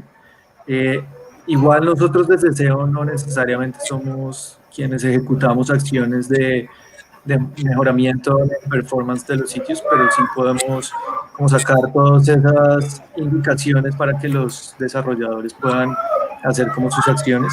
Entonces estos formatos, por ejemplo, formatos progresivos en las imágenes ayudan bastante. Y sí, el tema de renderizado ayuda mucho a la velocidad también de carga de los sitios. Creo que son como las cosas más relevantes que podemos como sugerir o liderar desde SEO. Complementando un poquito solo ese detalle del performance, muchas veces el optimizar una imagen o un JavaScript te ahorra medio segundo y para una persona como nosotros, los humanos, medio segundo no lo sentimos. Pero es que cuando Google dice la experiencia de usuario, Google ahí hace como un truco porque no dice quiénes son los usuarios. Están los humanos, pero también están sus robots, que para ellos son sus usuarios. Y si estos robots pasan por tu sitio web cada tantos segundos, cada tantos meses, y tenés cientos de miles de páginas, cada segundo que vos logres en cada página tu sitio web, a su usuario, que es su robot, también le ayuda a decir, este sitio está más optimizado, carga más rápido, y lo puede poner en Discover o en cualquier función que Google desarrolle ahora o futuro. Entonces, el medio segundo no es para Krishnan ni para mí, es para su robot al final, porque es el que el robot decide si tu página va a rankear en el lugar 1 o en el lugar 10. Ok. Bueno, yo intentaré no ser tan técnica como suelo ser. Por ejemplo, les voy a contar a partir de la experiencia. Nosotros normalmente, o hay algunas empresas a nivel, digamos que empresas grandes, lo que hacen es copiar la página de un lado de Estados Unidos, de Australia o demás, y lo que hacen es copiarla para, digamos que plantearla para Latinoamérica. ¿Qué es lo que pasa cuando hacen eso? Y es que algunos recursos que usa la página por debajo para ponerle color a los botones, llamar recursos de otras librerías y demás, digamos que todas esas páginas quedan en el código por debajo. Entonces, ¿qué es lo que hace uno? Empezar a revisar ese código y hacer las limpiezas de esos recursos que ya no se están usando, de que ya no se están, digamos que haciendo uso para esta nueva página y empezarlos a limpiar o hacer una depuración de código. Ahí una cosa que dijo Alejo es importante, el tema de las imágenes, tanto el peso como su carga misma. Cuando tengan muchas imágenes, traten de usar un CDN, pues dependiendo de la compañía y de la empresa y de su tamaño, ya que esto ayuda a no cargar tanto la página y hacer, digamos que responderle muchísimo más rápido a los usuarios. ¿Qué otras secciones? Empiecen a priorizar las páginas para digamos que hay un tema y es bastante técnico que si lo llegan a buscar y a indagar sobre él, y es el log file de las páginas, y es, digamos que la manera más concisa y certera de encontrar los usuarios realmente cuándo, cómo y qué están realmente buscando en tu página, para empezar a priorizar a partir de las necesidades de los usuarios de las páginas y empezar a optimizar una a una cada página, empezar a revisar el código, empezar a revisar recursos, empezar a revisar librerías, los CSS, ya para, digamos que, súper optimizar esas páginas que son vitales para el sitio, por decirlo así. Hay una página que, por ejemplo, de un sitio puede ser de categoría o puede ser de producto, que es la que más revisa, pero es la que quizás tenga esos recursos por debajo como cargados. Entonces, intenten empezar a revisar una a una de las páginas. Normalmente, cuando uno hace la revisión en PageSpeed o Web Vitals, uno lo hace a todo y es a la primera página. Entonces, lo que sí les recomiendo es prioricen sus páginas dependiendo del tráfico que tenga cada una y asimismo van evaluando una a una en temas ya muy técnicos de CSS, JavaScript, cómo muestran las imágenes, cómo hacen la carga, cómo hacen renderizados, y pues el código ese que normalmente yo le llamo como el código sucio para empezar a depurar y que pueda cargar muchísimo más rápido la página. Digamos que hay cosas bastante técnicas que es muy complejo explicarlas muy cortado porque intento como cambiarlo a un, no sé, términos muy fáciles de entender para ustedes o pues para todos en general, y eso es, digamos que uno de las cosas que yo empezaría a revisar o cómo se interpretarían esos datos. Fíjate, en ese detalle del código sucio, muchas veces pasa que uno hereda un sitio web en WordPress y está lleno de plugins viejos, desactualizados o plugins innecesarios, porque si tenés un desarrollador puede desarmar el plugin, porque al final de WordPress puedes desarmar todo, ver qué realmente te sirve y crear funciones más sencillas para que cargar menos cosas. Eso no solo es menos requests al servidor, sino menos... le das menos, ¿cómo te diría? Le pedís menos recursos al servidor por ejecutar. No solo es por la cantidad de veces que lo llamás, sino lo llamás por cosas más útiles, más necesarias. Y muchas veces pasa eso, que uno hereda sitios y te llena de cosas que no están optimizadas, simplemente las instalaste y no le tuviste el cariño de hacer esto, de hacerlo bien, de hacerlo limpio. Sí, es cuestión de ir depurando. Hay otro tema que también, digamos que sacan contenidos o desactualizan contenido, pero dejan los recursos de esa página, de ese contenido, en el sitio o en el servidor. Entonces también es importante, si ya no vas a usar el contenido, si ya no vas a usar esos recursos, empieza a depurar mucho de ello, porque eso realmente es lo que a veces ralentiza y la experiencia sea, pues, no del todo agradable. Habían unas preguntas del público y están súper indignados porque no los hemos incluido en la conversación que piensa muchachos. Habían varias preguntas pues desde el inicio del evento que ya se perdieron, pues ya no los puedo ver, pero había una que hacía Carlos Cardona relacionada con JavaScript, que cómo que cómo los buscadores, esto es muy técnico, yo pues de esa así ni idea, pero es muy teso. Entonces, él preguntaba que, además de esto, de que si está buscando un experto en SEO, ¿qué debía tener en cuenta? También preguntaba que cómo los buscadores rastrean el SEO en JavaScript o con código HTML. Entonces, chévere poder responder la pregunta a Charlie. Que digamos que HTML y JavaScript, diferentes lenguajes, HTML lo entiende muy bien Google, porque es casi que, hagan de cuenta que Google es una persona que no entiende y no ve del todo las cosas, y HTML usa tags, es decir, si ustedes entran a una casa y está a oscuras, los tags, digámoslo así, son luces que tú les dices, mira, esta es una puerta, este es un cuadro, esto es esto, de dimensiones y X o Y, digamos que atributos que uno le va dando a cada objeto que tienes en la página, ¿sí? Digamos que el lenguaje es muy fácil de entender para Google. ¿Qué es lo que pasa con JavaScript? JavaScript funciona, para Google es como una caja negra. JavaScript lo que hace es internamente, él resuelve todas las, digamos que, códigos y empieza a resolver para mostrar. Y ya lo que hace es mostrarte en la página. Por eso Google no puede entrar, digamos que a esa caja.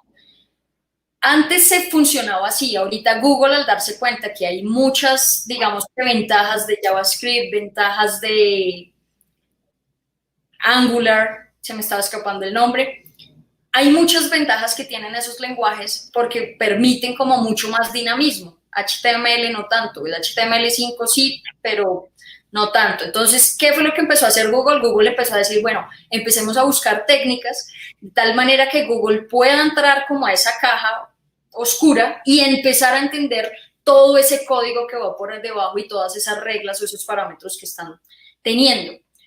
Hay varias técnicas, digamos que para empezarles a enseñar a Google o a mostrar, es básicamente indicarle a Google, cogerlo de la mano y decirle, vea, yo funciono así, mi JavaScript funciona de esta manera, pero ya hay, digamos que metodologías para no del todo. Pero eso se hace ¿con qué? Con el TXT, explicaba un poquito más eso, como pues no a profundidad, pero sí como para dar un contexto. El HTML es el que tú ves en una página cuando le das inspeccionar o es el código puro neto. El JavaScript son realmente como, ¿cómo decirlo? Como secuencias o funciones que van internas, ¿sí? Instrucciones. Exacto. Entonces, allí es cuando pues ya Google, digamos que no logra entrar, entonces lo que hace uno es a través de unas funciones y a través de decirle, vea, lea esto, aquello, esto lo tengo aquí, esto lo pongo acá, esto, este es mi contenido, esta es mi imagen, esto. Entonces ya digamos que se puede llegar a hacer algo más profundo allí. Tremendo. ¿Y ustedes qué dirían de esta pregunta de que está buscando un experto en SEO? Este man está reclutando, ahí dejo el correo porque la hoja de vida. ¿Qué debe tener en cuenta? Digámosle a los que están aquí que quieren ser SEOs, ¿qué deben tener en cuenta? Y aquí hay otra pregunta chévere. Pues yo diría que, o por lo menos cuando yo he tenido que como contratar personas, fundamentalmente lo que busco es experiencia en casos concretos. O sea, yo no creo que en este caso la persona que me muestre como un certificado de un curso necesariamente sepa, o la persona que hizo X o Y diplomado necesariamente sepa, sino que trato de indagar es como en casos concretos y muy enfocado también a resultados más allá de lo que hablábamos, estas cifras que al final pues no terminan aportando a los objetivos que tiene un negocio, porque de nada me sirve a mí llevar mucho tráfico si no logro de verdad como una conversión a partir de los objetivos. Entonces trato de indagar mucho en ese tema de la experiencia sobre casos concretos y pues en la medida de los conocimientos del reclutador, pues tratar de identificar si esa persona conoce como los conceptos básicos de SEO, porque al final, pues como les digo, creo que un certificado pues no termina dándome a mí una certeza de que alguien conoce o no, o qué tanto conoce, como pues para lo que yo necesito en un momento dado en términos de SEO. ¿Qué problemas resolvió? Sería una cosa a buscar, por decirlo en pocas palabras. Tremendo. Hay algo ahí que yo sí quisiera agregar y es que el SEO no es difícil, el SEO lo puede uno aprender empíricamente haciéndolo, pero si uno no tiene como esa pasión o el estar leyendo, el estar informándose, es muy complicado poderle enseñar a alguien. Entonces, Esa es, uno de los primeros cosas que yo revisaría. esa es una de las cosas que yo pregunto, como qué fuentes consultas, porque Sí. al final esto cambia todo el tiempo y la persona que no esté leyendo, buscando, informándose, pues al final se queda. Es como el cambio de Google Tag Manager, de que ya no jala las cookies, sino que lo hace ellos a través de una extensión. Miren, no hay nada tan difícil. No aprovechen los que saben analítica. No hay un contenido en español posicionado para que nos enseñen sobre ese nuevo cambio de Google Tag Manager. Si alguien sabe, por favor, enséñame. Cris. Bueno, hay otra pregunta que nos hace Lorena Marín, que básicamente, y con esto ya vamos a ir cerrando, un par de preguntas más y cerramos, y es cómo la experiencia de usuario de una interfaz apoya el SEO o viceversa. A ver, Alejo Moñino, ya que Alejo, el otro se fue, que en Adidas hay un componente muy fuerte de UX y pues me imagino que ustedes deben estar ahí de la mano.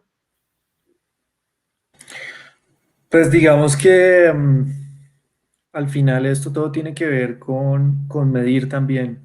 O sea, la ubicación de un componente en un lado o en otro no es una decisión que se toma al azar. Es una decisión que siempre está medida de alguna manera para lograr guiar al usuario hacia el objetivo que nosotros queremos. Entonces, un botón está puesto en uno u otro en virtud del objetivo que queremos lograr. Y muchas veces ese tema de la disposición de la interfaz y la disposición de los enlaces determina de alguna manera también cómo podemos ayudar al rastreador o a Google a identificar nuestro sitio. Yo creo que tiene que ver también, por ejemplo, con cómo queremos que Google nos lea, cuáles son las prioridades que nosotros le estamos dando a partir de la disposición de los elementos en el sitio y de los enlaces. Y eso creo que tiene un impacto directo también en el posicionamiento. No es lo mismo ubicar una página de categoría en un menú principal que ubicarla en el footer. Eso tiene unas consecuencias en la manera en la cual los motores de búsqueda leen nuestro sitio y asimismo nos posicionan. Entonces, creo que ahí hay una relación directa totalmente en el diseño de las interfaces y el posicionamiento al final. Y ahí, con eso de la interfaz, no es solamente cómo se ve, si es rojo, bonito, negro o blanco, sino que hay una regla bien básica. Toda página debería estar a 3 clics de la portada principal. Y eso te indica que si en tu menú tenés 20 elementos, ¿cómo garantizas que la gente encuentre lo que busca? La idea es mostrar a la persona los enlaces relevantes en cada momento para que llevarlos de una manera natural, orgánica y coherente hacia la página que vos querés. Al final, esta arquitectura de la información lleva al usuario hacia donde vos querés, que es que consiga el contenido, resuelva la pregunta que tiene y convierta si es el objetivo que vos tenés. Tremendo. Bueno, entonces nos vamos con la última pregunta que nos la hicieron también a través de email. Yo sé que muchas personas están haciendo muchas preguntas, pero por eso también les preguntamos como con antelación cuáles eran como para organizar y que tenga un poco de sentido también la charla. por temas de tiempo definitivamente no vamos a alcanzar a responder todas las preguntas. De hecho, hemos incluido varias, desde varias de las que he hecho, las traíamos las habían enviado por email. Entonces, esta es una que nos enviaron por email, que son como un poco el primero que llega es el primero que lo obtiene. Entonces, estas son de las primeras preguntas que nos llegaron y es qué tanto influyen las redes sociales en el SEO. Que de hecho era uno de los temas que vendimos y es qué incidencia tienen las redes sociales en el posicionamiento de SEO. Sí, hay dos temas y es, digamos que para Google es importante el tema de relevancia y autoridad, ¿sí? Estos dos van muy ligados al tema, digámoslo así en palabras, a la popularidad. ¿Qué tan popular eres para poder dar y potencializar tu página? No, esto, mejor dicho, mandemos una camisetica que diga. Las redes sociales nos ayudan a eso, empezar a crear ese voz a voz, ¿cómo decirlo? Esa popularidad y si a alguien le sirvió ese contenido, de seguro lo va a compartir. Y si lo comparte, van a ir a tu página web. Y si la página web está optimizada, va a volver a dar otra recomendación y así, y se vuelve un ciclo y vamos creciendo como una bola de nieve. Entonces, influye un montón. Fuertísimo. ¿Alguien más quiere agregar algo o ya? Yo solo quisiera comentar un caso un caso reciente y es cómo incrementaron las búsquedas por jugo de arándanos después del video de este señor montando en una tabla de jugo de arándanos. Y miren.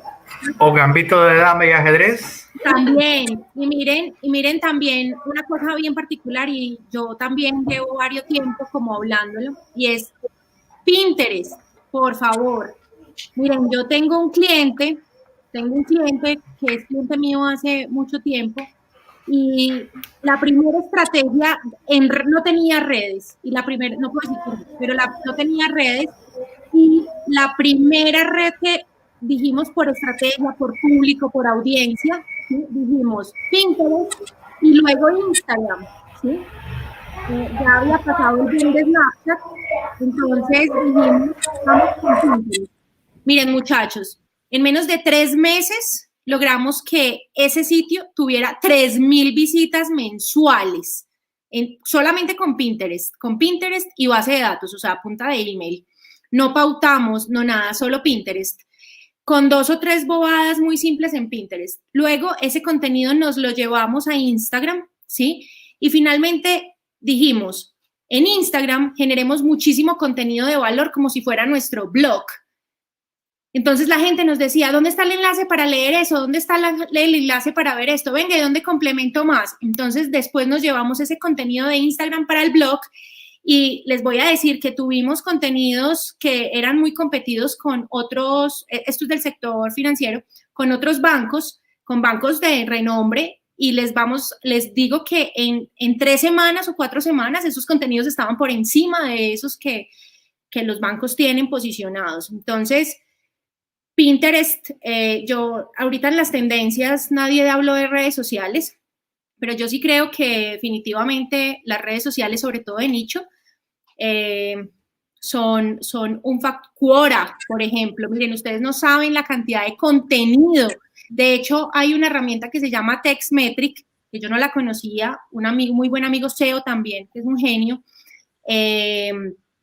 me dijo, ve, para que hagamos la edición de los contenidos y la optimización antes de montarlos al sitio, no sé qué. Y eso tiene una cosa para análisis de keywords. Y el man se trae no solamente lo que buscan en Google, sino lo que buscan y habla la gente en Quora.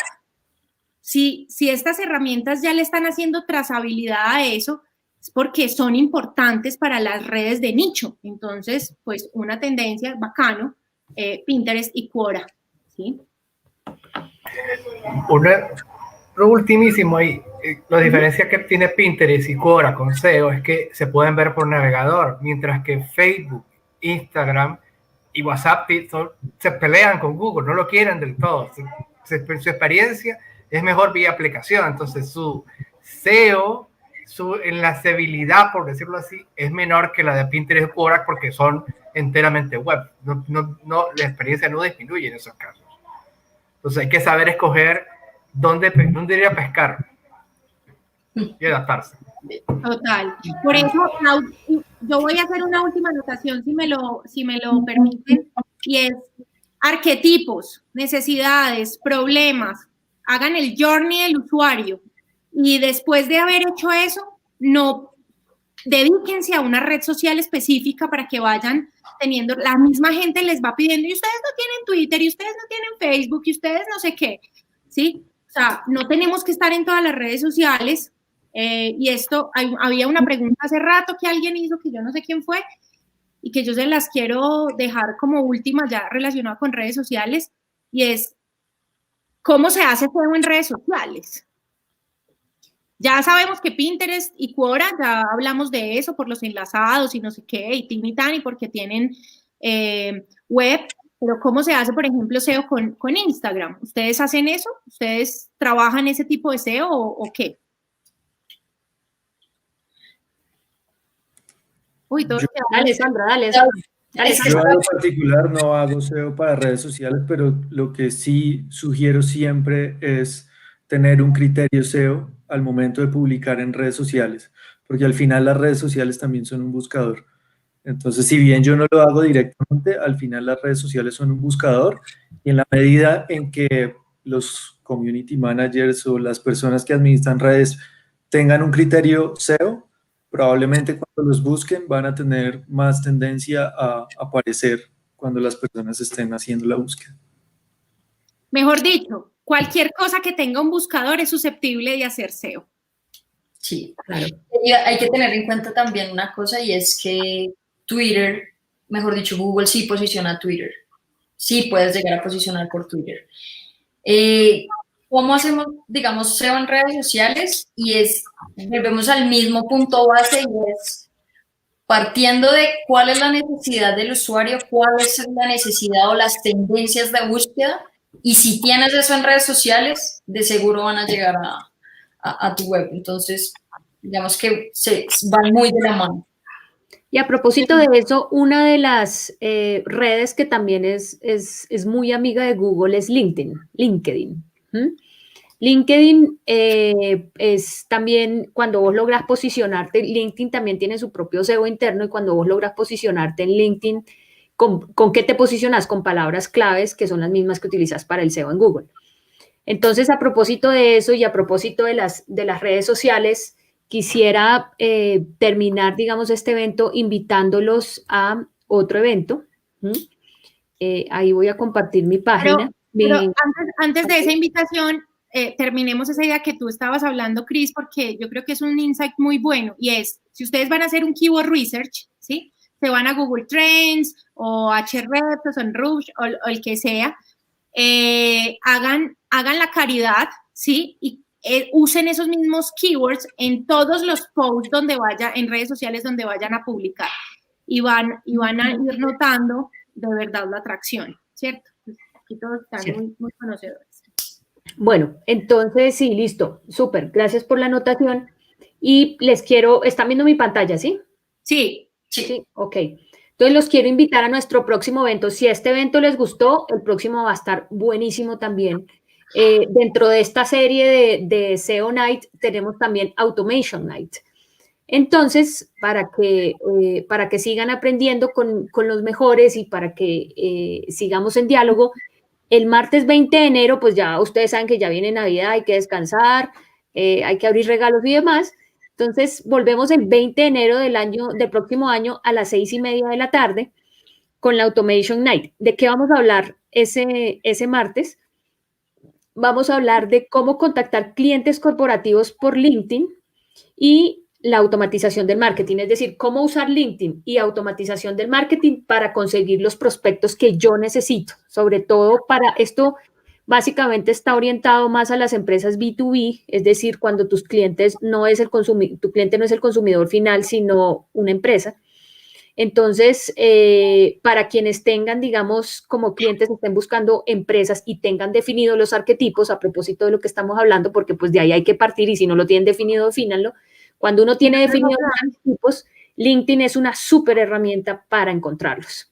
Entonces, uno los encuentra por LinkedIn, hace todo un proceso de automatización y consigue citas, básicamente. Obviamente, esto no es que por LinkedIn vos vas a vender un servicio específicamente ya de una, pero lo que LinkedIn te permite es conseguir citas corporativas. Entonces, súper invitados. ¿Cómo va a funcionar esto? Les vamos a enviar por email, como ustedes se registraron, les vamos a enviar la información de dónde inscribirse y todo vía email, y también lo vamos a dejar en los comentarios de YouTube de esta grabación. También les vamos a dejar no hoy precisamente, pero sí en estos días subimos el link para que se puedan inscribir y nos acompañen en Automation Night. Bueno, y ya con esto les quiero agradecer a todos ustedes, a Sandra, a Rodrigo, a Alejandro González, que ya se tuvo que ir, por haber estado con nosotros y bueno, sigan sintonizados, todos los que estuvieron aquí, sigan sintonizados con nosotros, que seguiremos generando mucho más contenido de valor próximamente. Ya saben, la próxima invitación ya en enero del próximo año. Y bueno, y en el próximo año se vienen muchas cosas más, así que gracias a nuestros panelistas y gracias a todos los que nos acompañaron hoy. Gracias. Muchas gracias. Muchas gracias. No, gracias.